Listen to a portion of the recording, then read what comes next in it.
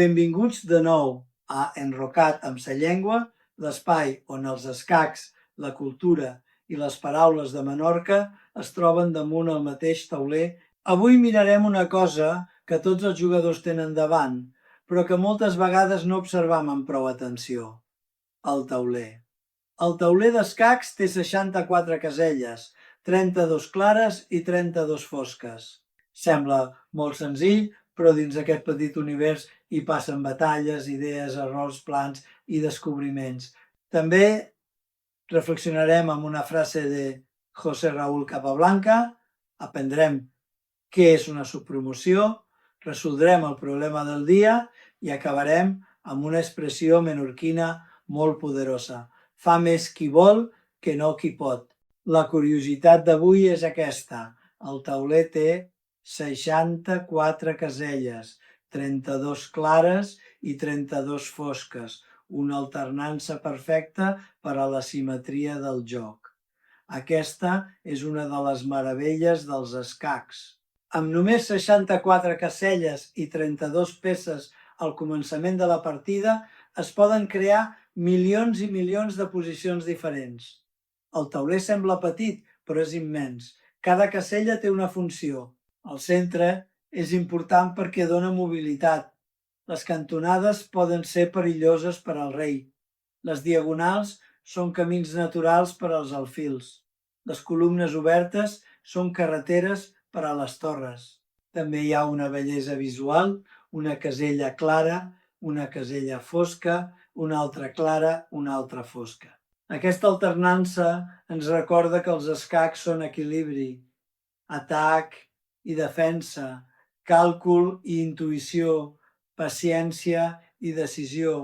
Quan aprenem a mirar el tauler, aprenem a llegir un mapa. No es tracta només de veure peces. Es tracta de veure relacions, distàncies, amenaces i possibilitats. La frase d'avui és de José Raúl Capablanca: per millorar els escacs cal comprendre, no memoritzar. Capablanca va ser campió del món i un dels jugadors més elegants de la història. El seu joc semblava senzill, però darrere aquella senzillesa hi havia una comprensió extraordinària. Aquesta frase és molt important per qualsevol persona que aprèn escacs. Memoritzar jugades pot ajudar una mica, sobretot a l'obertura, però si només memoritzam, ens podem perdre quan el rival fa una jugada diferent. Comprendre vol dir saber per què una peça va a una casella. Vol dir entendre per què convé controlar el centre, per què hem de protegir el rei, per què una torre necessita columnes obertes o per què un peó avançat pot ser una força decisiva. I això també passa amb la vida. No basta repetir, cal entendre.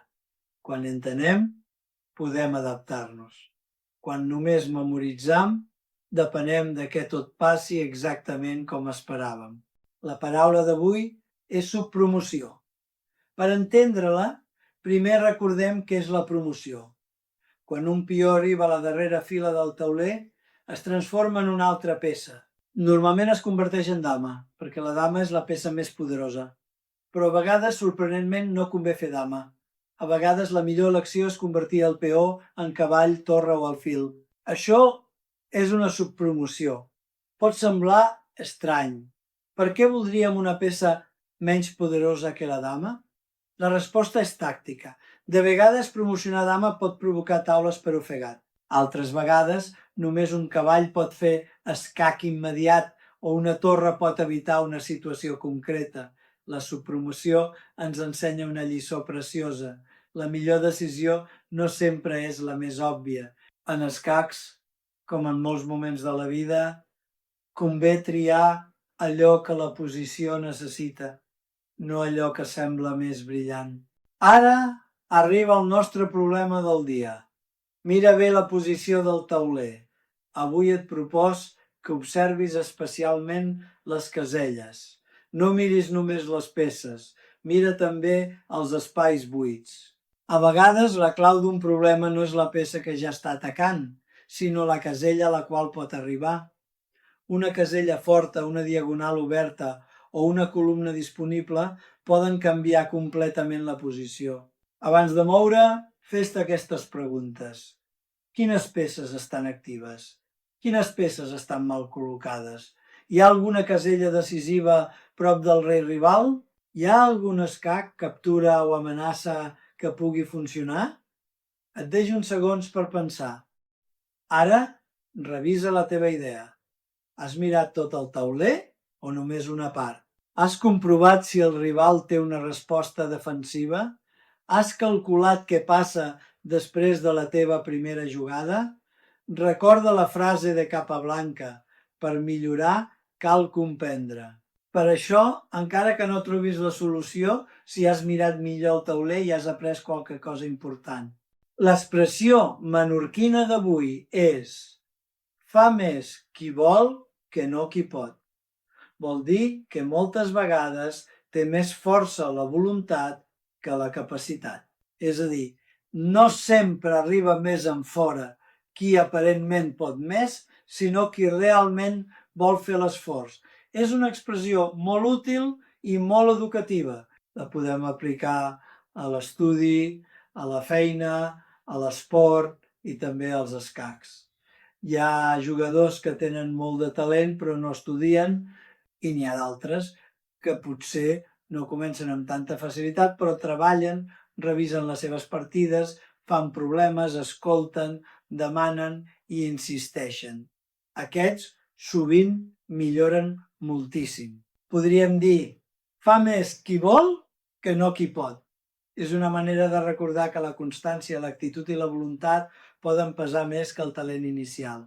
Avui hem mirat el tauler com un petit univers de 64 caselles. Hem reflexionat amb Capablanca sobre la importància de comprendre i no només memoritzar. Hem après que és una subpromoció, hem entrenat la mirada amb el problema del dia i hem descobert l'expressió menorquina: fa més qui vol que no qui pot. Això ha estat enrocat amb sa llengua. Ens veiem al pròxim episodi. I recorda, el tauler és petit, però les idees que hi caben són immenses.